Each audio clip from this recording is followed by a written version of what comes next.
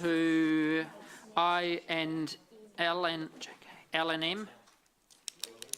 So if elected members are okay, we'll take those two together. L and M. M and N, is it? Sorry.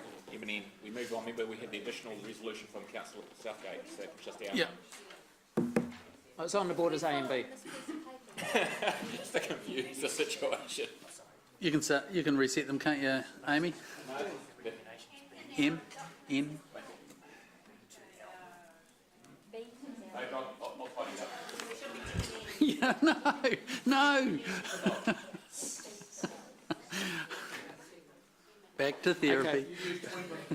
So they've been labelled properly now as M and N because of the new motion that's pushed everything down. So if you're working off this sheet, it's M and N. Very emotional line. If you change it to M and N, or it says on the board. Okay, so staff, is there anything you want to add before we go to the vote? No. Okay, so we'll go to the vote. Oh, sorry, Councillor Robb, I didn't see you there. If you want to speak, yes. Yep. I haven't got any questions. No, debate, yep. Okay, right. Okay, well, I guess in my own terms, I'll be voting for L&M. Not that I really have any choice, but I think one of the, because it is where we've actually landed. M&N. M&M? M and N, sorry. I'll be voting for M and N because that is where we've actually landed in terms of the decisions that we have previously made and the decisions of today. I guess the one concern is shown up in paragraph 43, and that is in terms of balancing our books. We now move from relatively minor deficits in 20 and 21 to fairly large deficits. We're up to 6 million, 7 million and 3 million in 2022, where we had expected to have a surplus. And look, that's a real concern to me because we promised the ratepayers last year when we developed the 10-year plan that we were going to live within our means, and that whilst we had a relatively short term for 2 years, a deficit for 3 years, we were going to get back into surplus very quickly. And I think today's spending appetite, and that's one of the things I think that is echoed regularly and consistently throughout this council term, is a real spending appetite. And today is an excellent example of that spending appetite. 100,000 for desexing cats. Reducing development contributions, another 100,000 for community groups, and all the others that Councillor Mallett referred to shows the continuing desire of this council to continue spending and to keep pushing out that period by which we will end up eventually, hopefully, balancing our books, which now looks like 2023, according to paragraph 43. I foresee, and this is at a time we make all of these decisions to spend, and this is at a time when we're not even we've got insufficient revenue coming in to cover our day-to-day running costs. So I think there's been an absolute ignoring of the promise that we made to our councillors last year. I foresee a new council having to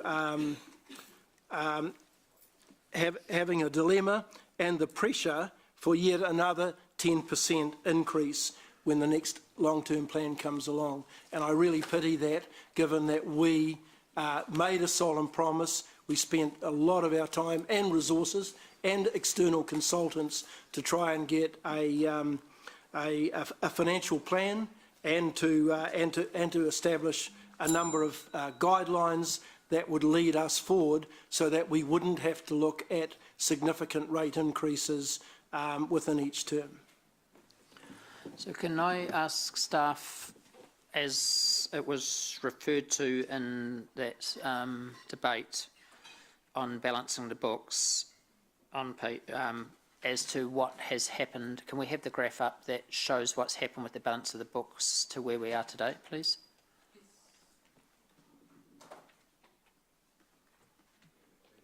So we're going to zoom on the balancing the books position that we will be in going forward now with these changes. The two additional 100,000 amounts, so you actually won't see, given that this grabs in millions, you won't see that difference. It's pretty much the same as we started at the start of the meeting. So we have balanced our books this year. We're forecasting to balance our books this year, Yep. yes, but then the impact of other costs I mentioned earlier will take us back down for a couple of years. Thank you. Councillor Gary. Thank you.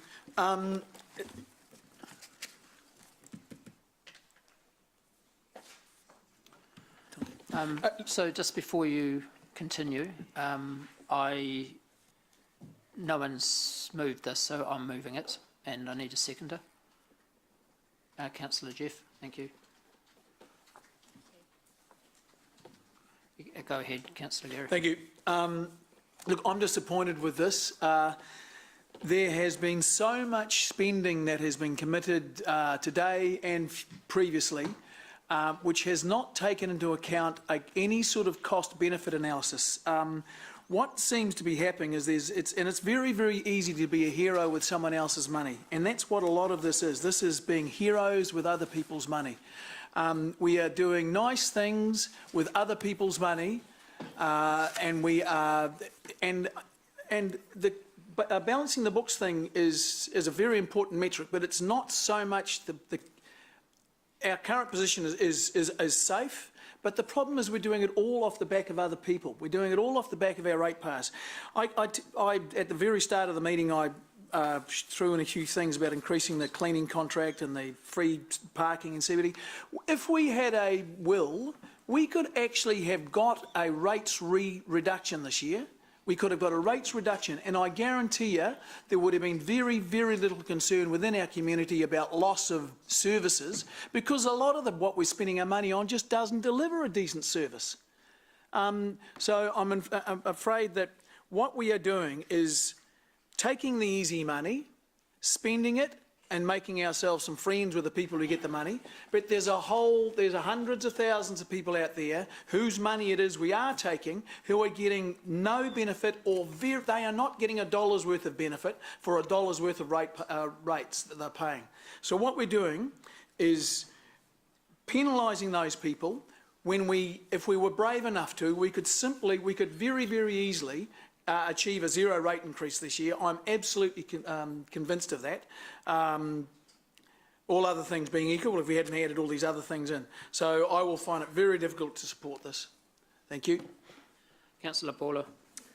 Thank you, Mayor Andrew. I absolutely support the comments that the long-term plan is the place to do the big business, and it should be. But since the long-term plan was last year, we've seen a number of projects drop in from left field and get support from council. I had some different points of view during the long-term plan, as did many other councillors. Some things I would have liked not to see funded, and some things I'd wanted more funding into, and that was part of the debate, and that's what part of the debate is today. But one thing I've always been consistent about in that is that we need to put money into the community, that we need to create community well-being. And of course, local government's now in this situation where having to provide for a wider community well-being is something that the government expects, and they're making sure that happens through the amendment of the Local Government Act, so that we have to pay closer attention to the four well-beings. So I didn't intend to find additional money today. I would have been happy in the long-term plan so long as it happened, but additional money was going into another arena, and I wanted to level the playing field and make sure that it was fair and reasonable, that all the community was taken care of, not just some parts of it. And that's what's driven me today. There are some things, big ticket items, that run into the millions, and I'm not going to sound like a broken record about this, but there's projects around purchasing property and other things that I would have preferred to be not occur, and for some more money to go into community, local, strong communities. That's where I believe more of the money should be going.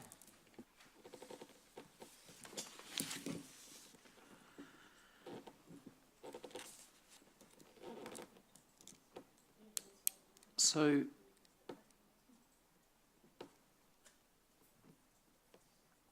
we have, and we are in a position going into the election that's coming up this year, where we do have a cash surplus and we have balanced our books ahead of time.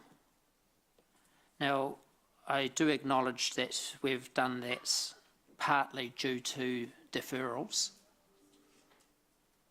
but that's where we are today, and that's what the forecast is. And I think that this council should be very proud of the financial plan that we have in place that's allowed us to get to this point today. Going forward, I do believe we need to be careful. As we can see next year, for the next 3 years, we drop back into out of surplus again.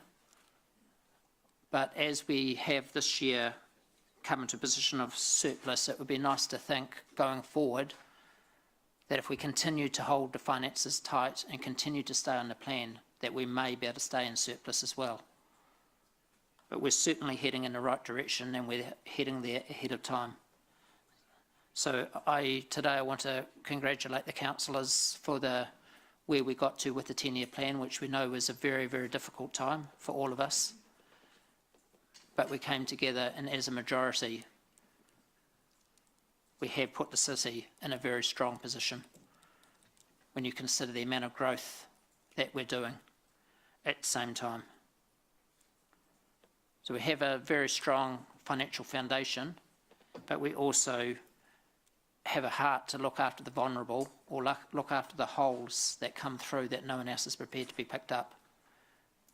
And again, I think we should be proud of the position and the type of council that we are, where we understand the finances enough to know we've got to run it in a way that's responsible, but we also need to pick up the holes that come through as they come through. So well done, councillors, for getting us to where we are today. We'll go to the board to vote.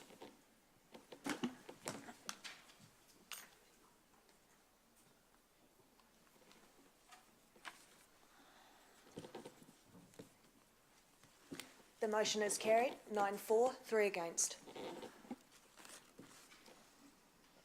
Okay, we're moving now to exclude the public, but just before we do, I want to particularly thank Sean Hickey for you and your team for the work that you've done, particularly on making this such a smooth pathway for the planning and for this to come through like it has. And I also want to congratulate our finance team. You and your team, thank you so much for all the work you've done and the accuracy of what you brought forward, and just the graphs and everything that's been so easy for us to read and understand. So thank you so much to you and your team. And the other person I want to thank is our Democracy Manager, Leanne, for today some of the entertaining calls that have been made, and where we've got to where we were, and Leanne made the right calls along the way. She caught the last one at the last minute, and she was right. How could Rob put his procedural motion without speaking? And Angela, for what you put up was right. I fully bought into what you put up too, until Leanne picked up that Rob was speaking to the procedural motion. So just well done, Leanne. I think you and your team do a really good job, and we appreciate you ladies for all you do. And finally, just before we go into public excluded, I really do say thank you to all of you for pulling together as a team to get this through, which I've found a lot less stressful than it was for me last year. So is there anything else anyone else would like to add just before we go into public excluded? Just think, just on that Rob and Angela thing there, it would have been a lot easier to make the distinction if there wasn't such a big pause between your motion and your speech. Thank you, Mark. Okay, so...